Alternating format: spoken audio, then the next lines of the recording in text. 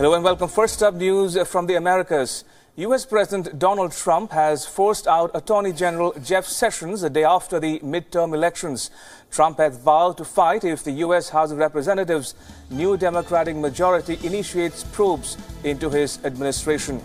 Sessions, an early Trump supporter, had a fallout with the U.S. president after he recused himself from an investigation into Russian meddling in the 2016 presidential campaign. Sessions, in a letter, said that he was stepping down at Trump's request.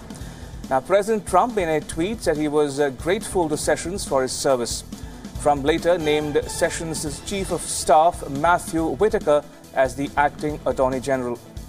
Sessions' ouster was criticized by Democrats and observers who said that the Republicans were attempting to obstruct the Russia meddling probe. All right, for more on this story, I'm now joined by my colleague Harry Horton in Washington, D.C. Harry, good morning to you. Should I say good night where you are? What is happening in Washington as we speak? Why Jeff Sessions, and why was he sacked just the day after the midterm results? Well, no surprise that Jeff Sessions has left the Trump administration. This has been a long time coming. Donald Trump has ridiculed Jeff Sessions for months now, and he has been a particular source of frustration to the president because he recused himself from overseeing that Russia investigation, and Donald Trump has never got over that recusal. He has been angry at his Attorney General because he feels as though the Russia investigation has been able to expand and run unchecked because of the lack of oversight from somebody like Attorney General Jeff Sessions. So this has been a long time coming. It was long rumoured to be in the works after the midterm elections. So no great surprise that this has happened. But now, of course, there is a huge question mark over the future of that Russia investigation as we wait and see who the next permanent Attorney General might be, and we wait and see what the acting Attorney General might do, if anything, whilst he's overseeing the Russia investigation. So where does this so-called story go from here, Harry? Because Trump and Sessions have had a rather testy relationship, isn't it? So could you elaborate on where this story has progressed to? Well, look, it's hard to say. So the man who previously oversaw the Russia investigation after Jeff Sessions had recused himself was the Deputy Attorney General, Rod Rosenstein. Now, the acting Attorney General is able to oversee that Russia investigation. That man is Matthew Whitaker. He, in the past, has expressed some doubt about the Russia investigation. At one point, he wrote an article for a news website where he suggested that if the Russia investigation were to look into the business dealings of the president, that would be a stretch too far. He also argued at one point that the Justice Department should cut off money towards the Russia investigation, and that would speed up the process and help bring it to a close. So what we can is that there are a lot more question marks over the Russia investigation than there were just 24 hours ago. But where we go from here, well, that's anyone's guess. And very quickly, one last time, Harry, what does America the day after the results came in look like from your vantage? Are we going to expect more of the same, or some radical departures in the way the Trump administration has been functioning in these past 2 years? Well, look, I think, first of all, for the White House, it's not unusual for any White House to see a lot of turnover of staff after the midterm elections. You often see senior members of the cabinet choose this as an opportunity to leave. So, you know, I think we can expect some more departures from the Trump administration in the next few weeks as we head towards the end of the calendar year.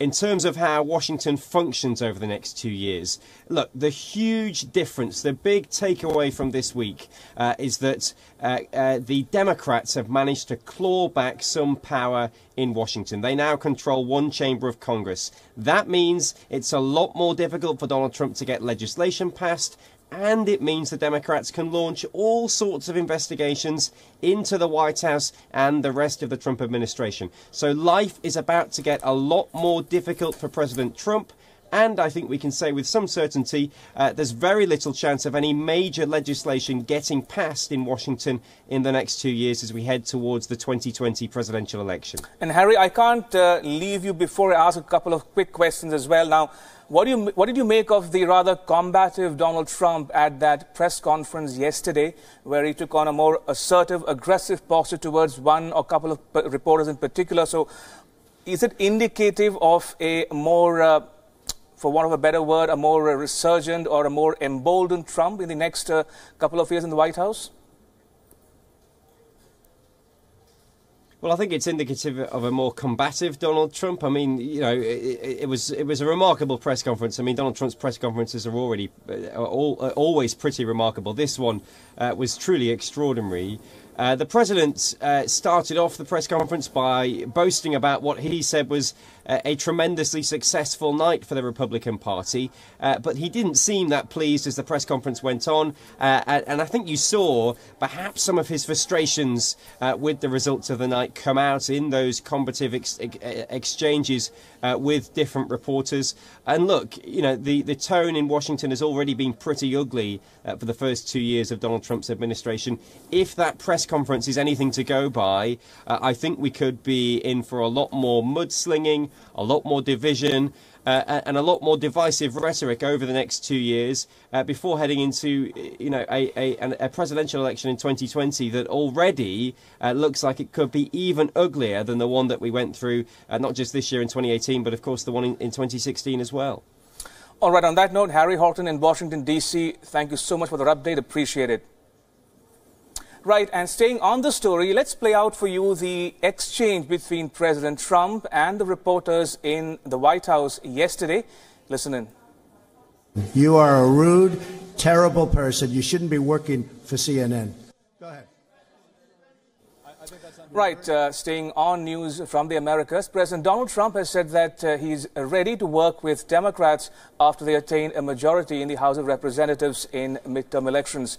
Trump, however, added that he will adopt a warlike posture if Democrats investigated him. Listen in. I really think, and I really respected what Nancy said last night about bipartisanship and getting together and uniting. She used the word uniting, and she used the bipartisanship statement, which is so important because that's what we should be doing. So we can look at us, they can look at us, and then we can look at them, and it'll go back and forth, and it'll probably be very good for me politically. I could see it being extremely good politically because I think I'm better at that game than they are, actually. But we'll find out. I mean, you know, we'll find out. Or we can work together. You can't do them simultaneously, by the way, just in case somebody says, oh, you can do them both. No, you can't. Because if they're doing that, we're not doing the other, just so you understand. The real question is, you just sat up here and said that from this podium that are you offering an my way or highway scenario to the Democrats? You're saying that if they start investigating you, that you can play that game and investigate them. Better than them. Can you compartmentalize that? And I think I know more than they know. Can you compartmentalize that and still continue to work with them for the benefit of the rest of the country, or are all bets off? No. If they do that, then it's just all it is a warlike posture.